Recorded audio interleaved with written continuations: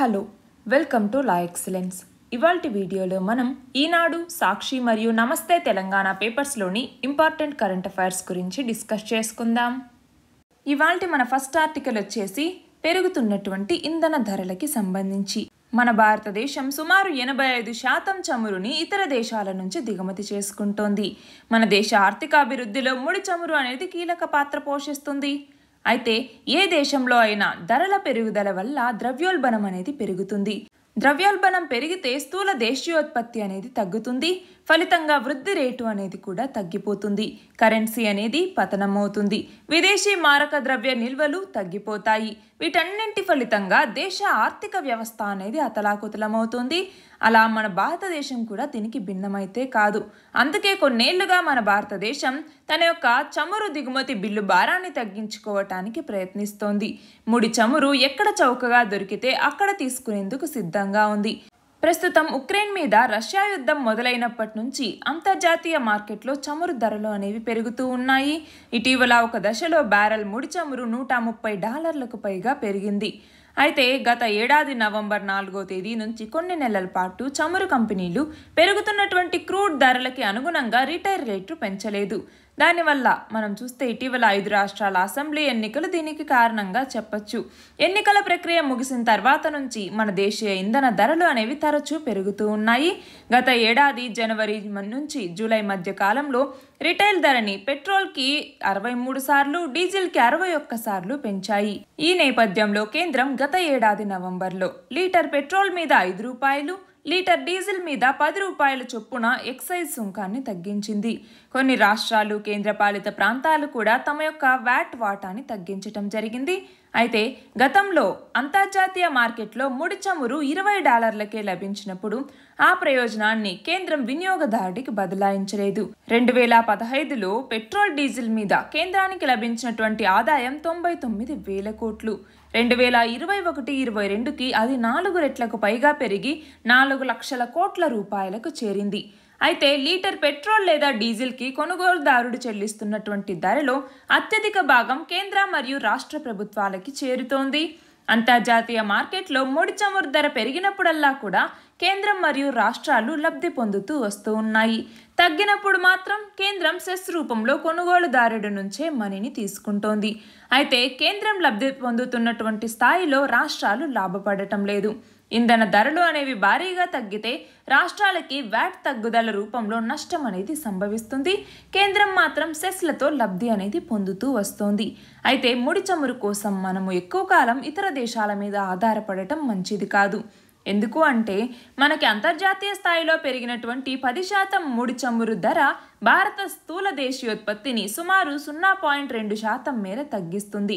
అలాగే కరెంటు ఖాతా లోటును పెంచుతుంది, ద్రవ్యోల్బణాన్ని పెంచుతుంది. కాబట్టి వీటన్నింటినీ అధిగమించాలి అంటే మనకి ప్రత్యామ్నాయాలు అనేవి చాలా కీలకం. దీనికి సంబంధించి ఎథనాల్ కలిపినటువంటి పెట్రోల్ని వాడటం, అలాగే ఎలక్ట్రిక్ వెహికల్స్కి మారిపోవటం, ఇలాంటివన్నీ మనం చేపట్టాల్సిన అవసరం ఉంది. ఇక్కడ క్వశ్చన్ చూడండి. ఏ సంవత్సరం నాటికి మొత్తం వాహనాల అమ్మకాల్లో 30% విద్యుత్ ఆధారమైనవే ఉండాలని కేంద్రం లక్ష్యంగా పెట్టుకుంది? ఏ సంవత్సరం నాటికి? 2030వ సంవత్సరం నాటికి. మన నెక్స్ట్ ఆర్టికల్ వచ్చేసి ఆఫ్ఘనిస్తాన్లో బాలికా విద్యకి సంబంధించి. ఆఫ్ఘనిస్తాన్లో కొత్త విద్యా సంవత్సరం ప్రారంభమయ్యేటటువంటి మార్చి 23 అనమాట. అప్పటి నుంచి అమ్మాయిలందరినీ విద్యా సంస్థలకి అనుమతిస్తాము అన్నట్టుగా గతంలో తాలిబన్లు హామీ ఇచ్చారు.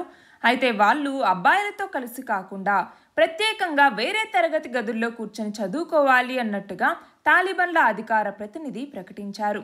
దాని తర్వాత ఏమైంది? ఇంకొక తాలిబాన్ అధికార ప్రతినిధి అమ్మాయిల్ని పాఠశాలలకు అనుమతించకూడదని తాలిబాన్ నాయకత్వం నిర్ణయం తీసుకుంది అన్నట్టుగా వెల్లడించారు.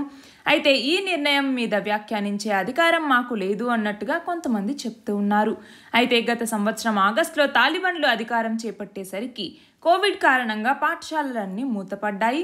అయితే 2 నెలల తర్వాత వాటిని తెరిచినా కూడా అబ్బాయిల్ని, అది కూడా 6వ తరగతిలోపు అమ్మాయిల్ని మాత్రమే అనుమతించారు.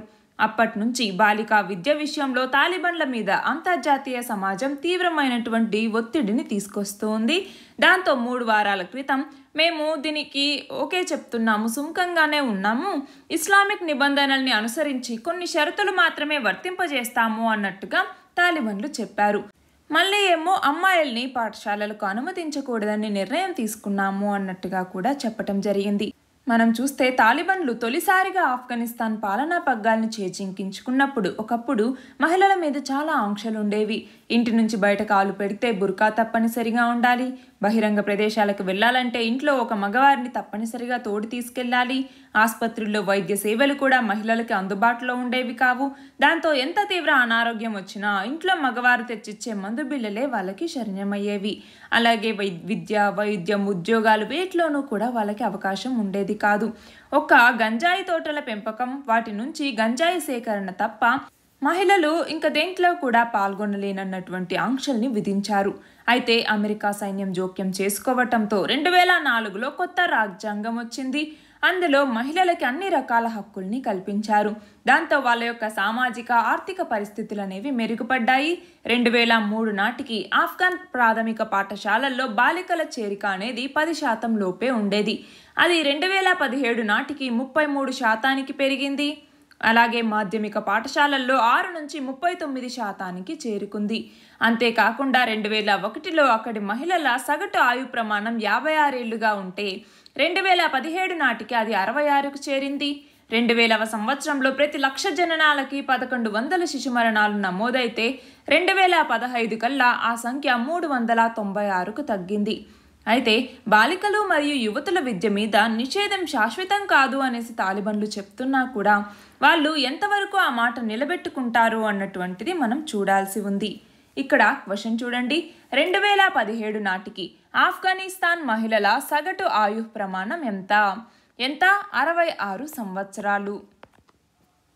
మన నెక్స్ట్ ఆర్టికల్ వచ్చేసి WHO ప్రపంచ ఆరోగ్య సంస్థ గణాంకాలకి సంబంధించి ప్రపంచ జనాభాలో దాదాపు 99% మంది కలుషిత గాలిని పీల్చుకుంటున్నారు అన్నట్టుగా WHO తెలిపింది. అధిక స్థాయిలో కాలుష్య కారకాలు విడుదలకి కారణమవుతున్నటువంటి శిలాజ ఇంధనాల యొక్క వినియోగాన్ని తగ్గించాలి అన్నట్టుగా చెప్పటం జరిగింది. ప్రపంచవ్యాప్తంగా పలు నగరాలు, ప్రాంతాలు, గ్రామాల్లో గాలి నాణ్యతకి సంబంధించిన తమ డేటాబేస్ని WHO అప్డేట్ చేసింది.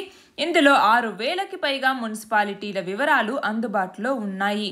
ఇందులో భాగంగా చూస్తే ప్రపంచ జనాభాలో 99% నాణ్యతా ప్రమాణాలకి దూరంగా ఉన్న గాలిని పీల్చుకుంటున్నారు. ఆ కలుషిత గాలిలోని కణాలు ఊపిరితిత్తులు, రక్తనాళాల్లోకి ప్రవేశించి అనేక వ్యాధులకి కారణమవుతున్నాయి. ప్రధానంగా తూర్పు మధ్యధరా ప్రాంతం, అలాగే ఆగ్నేయాసియాల్లో వాయు నాణ్యత అనేది దారుణంగా పడిపోయింది. వీటి తర్వాత ఆఫ్రికా ఖండం ఉంది. అలాగే గాలి కాలుష్యం ఏటా దాదాపు 70 లక్షల మంది ప్రాణాలని బలి తీసుకుంటోంది.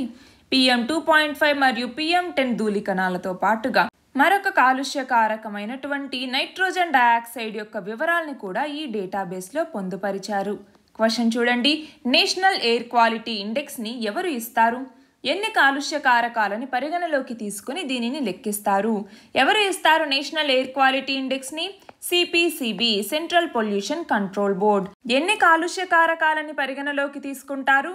8 కాలుష్య కారకాలు లేదా 8 పొల్యూటెంట్స్ని పరిగణలోకి తీసుకుంటారు. ఏంటి అవి? ఒకటి వచ్చేసరికి PM10, రెండవది PM2.5 పార్టిక్యులేట్ మ్యాటర్ అంటాము, మూడవది వచ్చేసరికి నైట్రోజన్ డయాక్సైడ్, నాలుగవది వచ్చేసరికి సల్ఫర్ డయాక్సైడ్, ఐదవదేమో carbon monoxide, 6 ozone O3, 7 ammonia NH3 అంటాము. అలాగే ఇంకొకటి వచ్చేసరికి లెడ్ PB అని సూచిస్తాము లెడ్ని. ఈ 8 కాలుష్య కారకాలని పరిగణలోకి తీసుకుని నేషనల్ ఎయిర్ క్వాలిటీ ఇండెక్స్ని సూచిస్తారు. మనం చూస్తే 2014వ సంవత్సరం నుంచి ఈ నేషనల్ ఎయిర్ క్వాలిటీ ఇండెక్స్ని ఇస్తూ ఉన్నారు. 1 నెంబర్ 1 కలర్ 1 డిస్క్రిప్షన్ అనేటటువంటి అవుట్లైన్తో ఎయిర్ క్వాలిటీని మెజర్ చేయటం జరుగుతోంది. దీని కింద మొత్తం 6 కేటగిరీస్ ఉంటాయన్నమాట. ఏమేంటి ఆ 6 కేటగిరీస్ అంటే, ఒకటి వచ్చేసరికి గుడ్ అనేసి, 2 satisfactory, 3 moderately polluted, 4 poor, 5 very poor, 6వది వచ్చేసరికి సివియర్ అనేసి 6 రకాలు ఉంటాయి.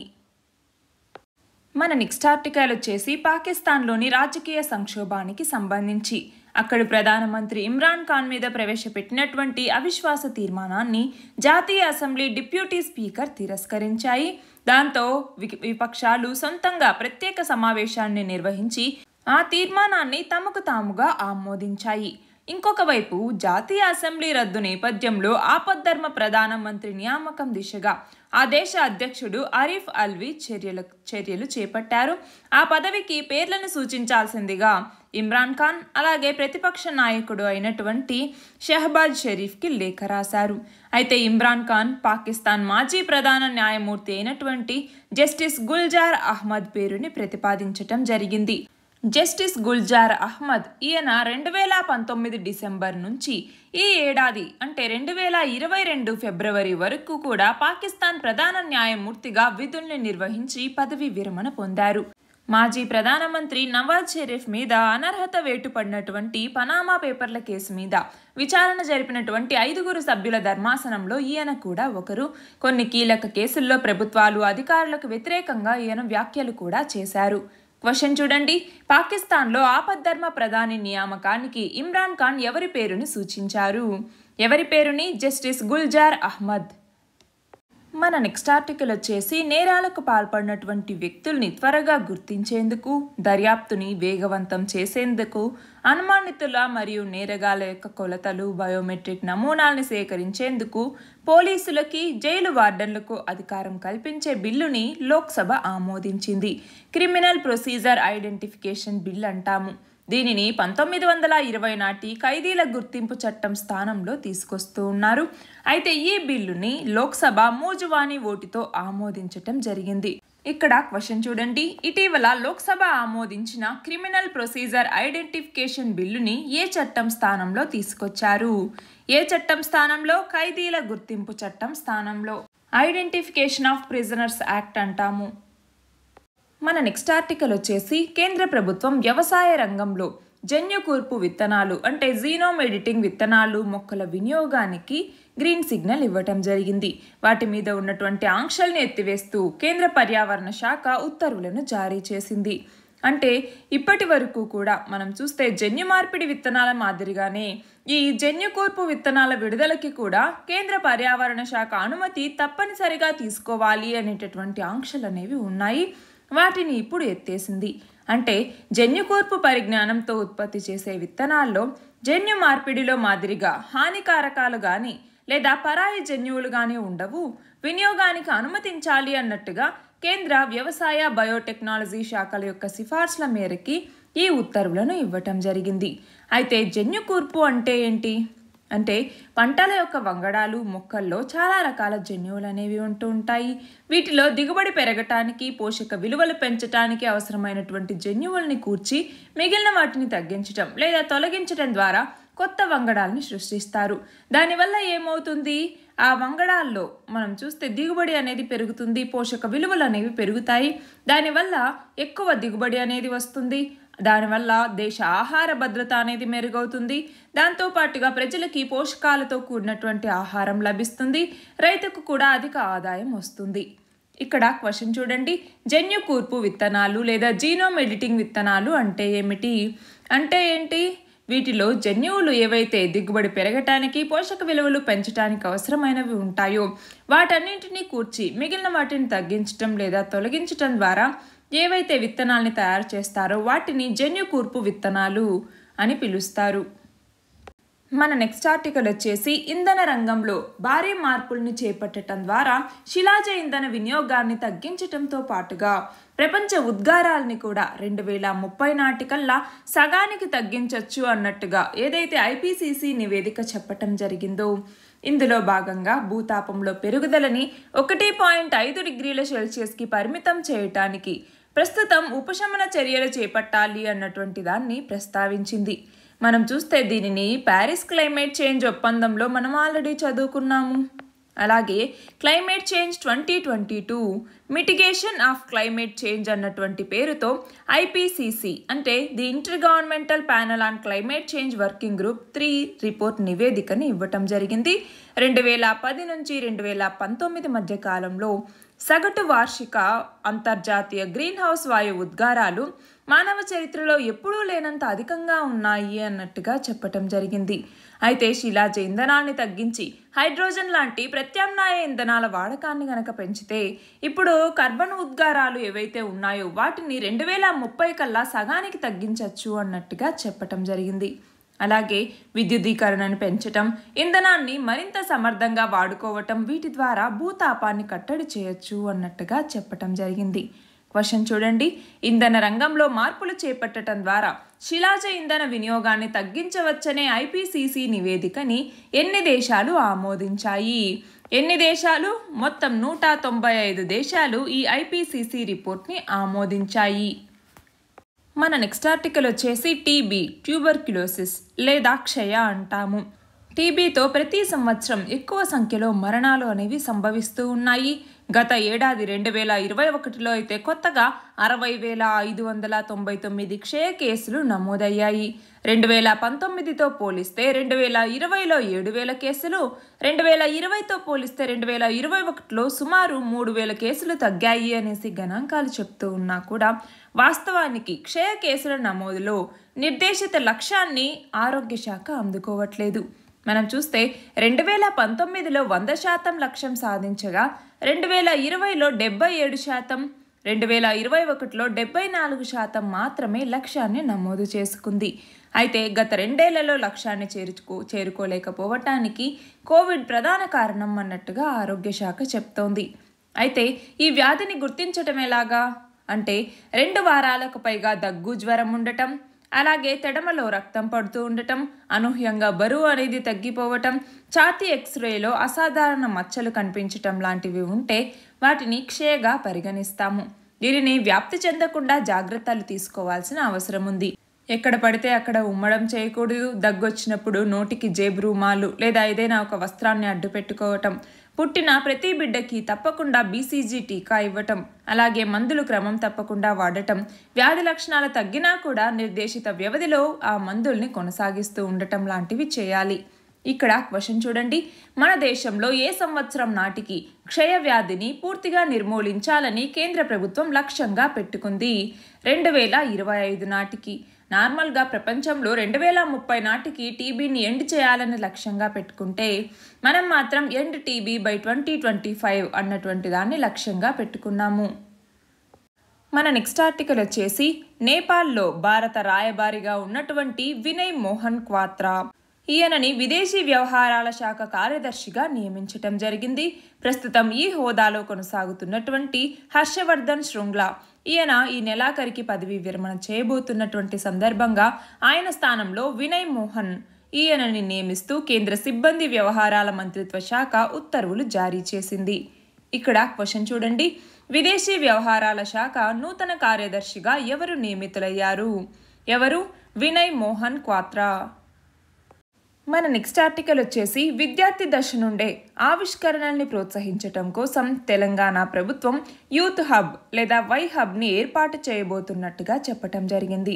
ఇటీవల విద్యాశాఖ ఆధ్వర్యంలో ఐటీ శాఖ, అలాగే యూనిసెఫ్, కేర్ సంస్థతో కలిసి 6 కోట్ల రూపాయల సీడ్ ఫండ్తో ఈ వై హబ్ని నెలకొల్పబోతున్నట్టుగా ప్రకటించటం జరిగింది. అయితే ఇటీవల Telangana school innovation challenge 2021-22 grand final కార్యక్రమంలో తెలంగాణ రాష్ట్ర ఐటీ మంత్రి పాల్గొనటం జరిగింది. ఈ పోటీల్లో మొదటి 5 స్థానాల్లో నిలిచినటువంటి బృందాలకి నగదు బహుమతుల్ని అందించారు. ఇక్కడ క్వశ్చన్ చూడండి, విద్యార్థి దశలో ఆవిష్కరణల్ని ప్రోత్సహించటం కోసం తెలంగాణ ప్రభుత్వం ఏ పేరుతో ఒక ప్రత్యేక హబ్ని ఏర్పాటు చేయబోతోంది? ఏ పేరుతో? వై హబ్ లేదా యూత్ హబ్ అన్నటువంటి పేరుతో ఒక ప్రత్యేక హబ్ని ఏర్పాటు చేయబోతోంది. దీనిని టీ హబ్ ఏదైతే ఉందో అందులోనే ఈ టీ హబ్ ఫేజ్ 2లో వై హబ్కి 10,000 చదరపు అడుగుల స్థలాన్ని కేటాయించాలి అన్నట్టుగా కేటీఆర్ అధికారులకి సూచించారు కూడా.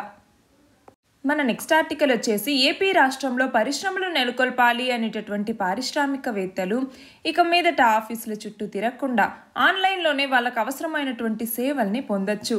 దీనికోసం సింగిల్ విండో విధానంలో పారిశ్రామికవేత్తలకు అవసరమైనటువంటి అన్ని సేవల్ని ఒకే చోట అందించేలాగా ఏపీఐఐసి ఆన్లైన్ వ్యవస్థని అభివృద్ధి చేసింది. పౌర సేవలు అనే పేరుతో అభివృద్ధి చేసినటువంటి ఈ నూతన పోర్టల్ని ఏపీ రాష్ట్ర పరిశ్రమల శాఖ ప్రత్యేక ప్రధాన కార్యదర్శి ప్రారంభించారు. ఇక్కడ క్వశ్చన్ చూడండి. పారిశ్రామికవేత్తలకి అవసరమైన అన్ని సేవల్ని ఒకచోట అందించేలా ఏపీఐఐసి ఏ పేరుతో కొత్త పోర్టల్ని ఆవిష్కరించింది? ఏ పేరుతో? పౌర సేవలు అన్నటువంటి పేరుతో. ఇవాల్టి మన లాస్ట్ ఆర్టికల్ వచ్చేసి XE అనేటటువంటి ఒమిక్రాన్ సబ్ వేరియంట్ గురించి. చైనా, బ్రిటన్ దేశాలని ప్రస్తుతం ఈ XE అన్నటువంటి వైరస్ అక్కడ ఎక్కువగా స్ప్రెడ్ అవుతోంది. జూన్ లేదా జూలై నాటికి కొత్త వేరియంట్ అనేది ఖచ్చితంగా వచ్చే అవకాశం ఉంది అన్నట్టుగా నిపుణులు అభిప్రాయపడుతూ ఉన్నారు. ఇది గనక ఒక వేవ్ లాగా వస్తే కేసులు రోజులోనే వందల నుంచి వేల సంఖ్యలో నమోదవుతాయి. అదే వేరియంట్ లాగా వస్తే తక్కువ వ్యాప్తితో తగ్గుతుంది అన్నట్టుగా చెప్తూ ఉన్నారు. అయితే ప్రజలు అప్రమత్తంగా ఉండాలి, నిర్లక్ష్యం చేస్తే తీవ్రమైనటువంటి పరిణామాలను ఎదుర్కోవాల్సి వస్తుంది అన్నట్టుగా హెచ్చరిస్తున్నారు. క్వశ్చన్ చూడండి.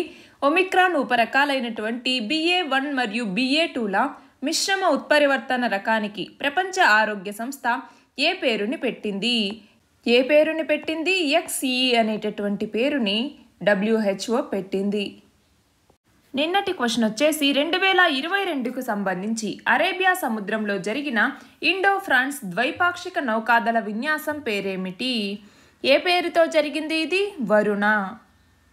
ఇవాల్టి క్వశ్చన్ వచ్చేసి జల సంరక్షణలో ఏ రాష్ట్రం ఉత్తమ రాష్ట్రంగా జాతీయ జల అవార్డును అందుకుంది? దీని ఆన్సర్ కమెంట్ సెక్షన్లో ఇవ్వండి. కరెక్ట్ ఆన్సర్ రేపటి వీడియోలో చూద్దాం.